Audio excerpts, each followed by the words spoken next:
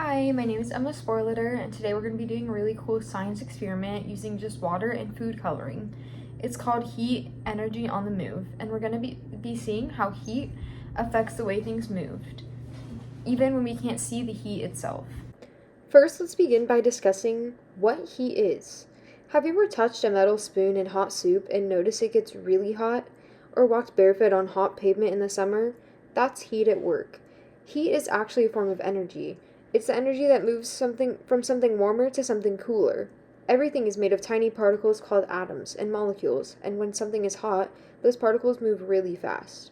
When something is cold, they move more slowly.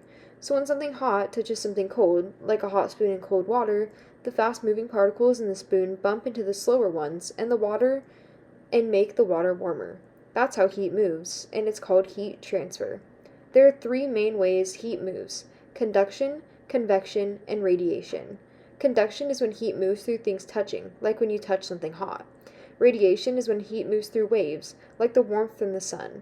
But today we're going to focus on convection, which is when heat moves through liquids or gases. In convection, warm water rises and cooler water sinks, creating something called convection current. That's exactly what we'll be exploring in this experiment.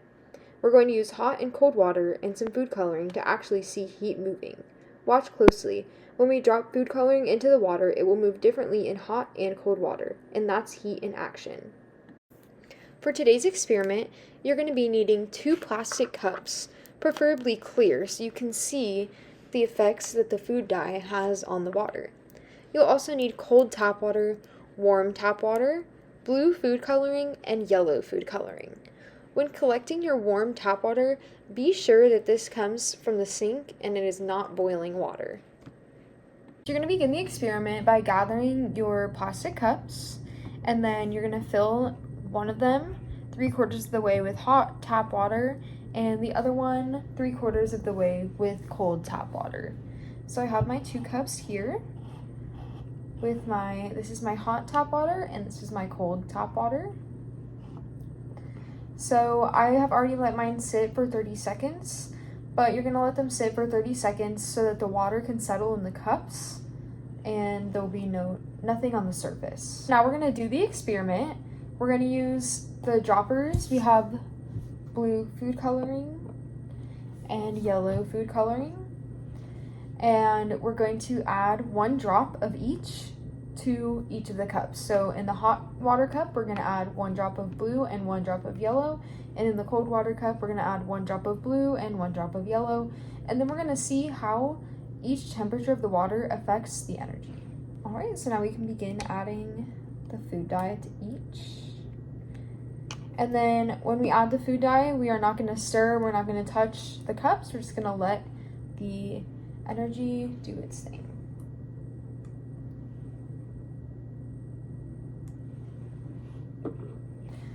All right. So, what do we notice? In the hot water, the food dye has more activity and it's swirling around more on its own. And it spreads much faster than in the cold water. The cold water is taking a little bit longer.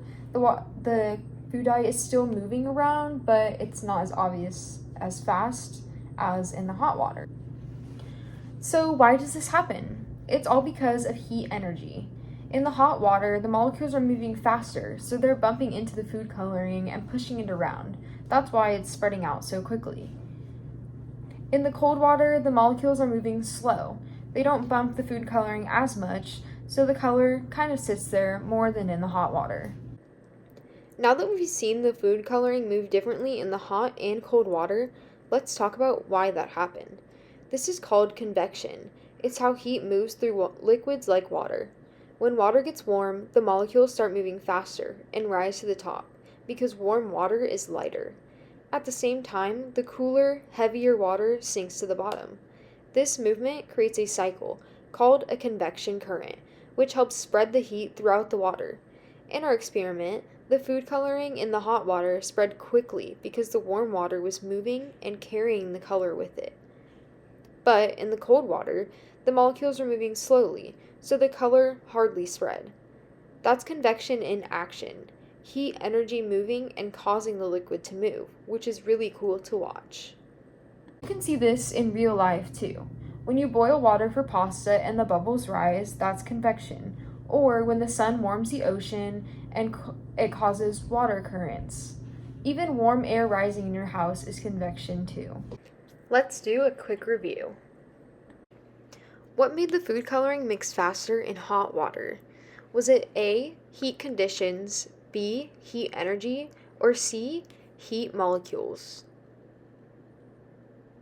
The answer is B, heat energy. What do the molecules do when the water is warm? Is it A, move faster, B, move slower, or C, stay the same? The answer is A, move faster.